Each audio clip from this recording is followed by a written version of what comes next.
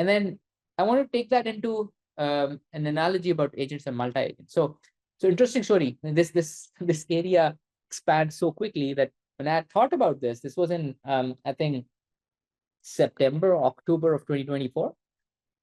And it took me like good 4 or 5 years, 4 or 5 months to articulate it and put it to this level. In that time, the story about agents and multi-agents has become so hot that I started thinking about those. And actually, this anthropomorphic analogy starts making even more sense over there. So let's extend that. And I'm sort of adding that over here to that.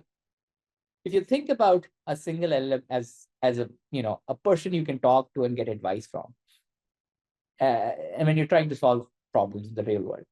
So this would be like a mentor. You would talk to them, they'll give you suggestions, but you have to go do your things yourself, right? That's the idea of a single LLM. Now, when you talk about an agent, the definition of agent that you see outside, multiple definitions, but one that works best is an agent is which has ability to keep memory and can use tools, right? And if you map it to an anthropomorphic analogy, it's the same thing. Like if you had a person who was very smart and could do a job, but was only giving advice, that's much less useful than somebody who can actually act upon that advice and make things happen, right? And not only is that more useful for you, that person can potentially do things faster as well, right? So think about it in this way, in a human analogy. If I was a math, you know, math expert, and I didn't have a calculator, I could solve a lot of problems.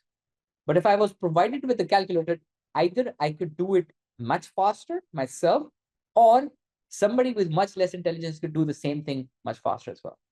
So same analogy, using agents gives you that capability. It allows you to execute things and do them better and faster because you're connecting that thinking capable person or LLM with the ability to tool call or keep memory. And then when you go into the multi-agent space, again, it's now basically you have lots of agents specialized to their own domain doing, working together to build something. But in a human or a sort of a real world perspective, this is when you want to solve a really complicated problem. You seldom do it with one person.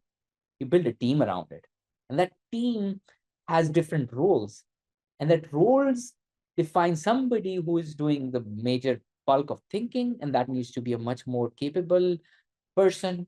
But then you can divide it hierarchically into different capabilities, people with different specializations, and you can break it down to the level where some of the work or the majority of the work gets done by fresh graduates even.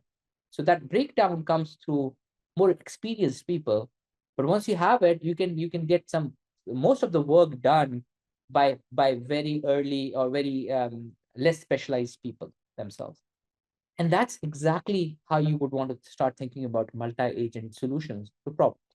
You want to think about, okay, I don't want all agents to be same.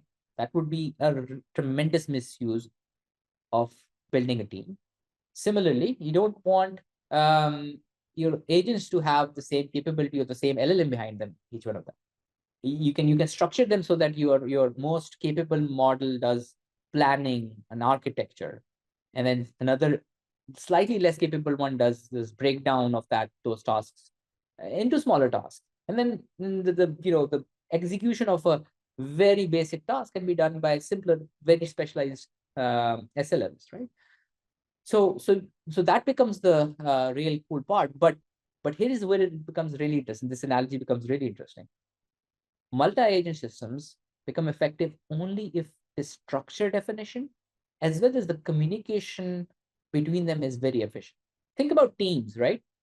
If you have a team of very high potential people and you put them together and you do not work on how they communicate or how you resolve feedback loops or how you handle conflicts, then that team everybody knows is not going to be very productive, right?